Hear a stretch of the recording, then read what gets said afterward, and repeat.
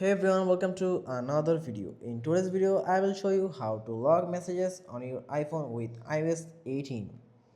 So let's start it. First, you need to go the settings, scroll down and find the Face ID and passcode option. Make sure all the settings are set up. You need to lock your app for this in the work. Once that done,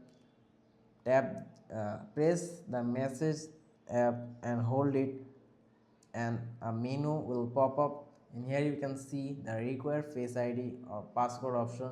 Simply tap on it and give the passcode they needed or the face id.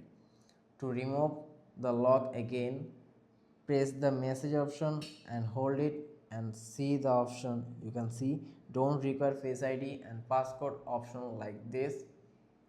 After clicking this, the app again will unlock and anyone can enter it and see your messages.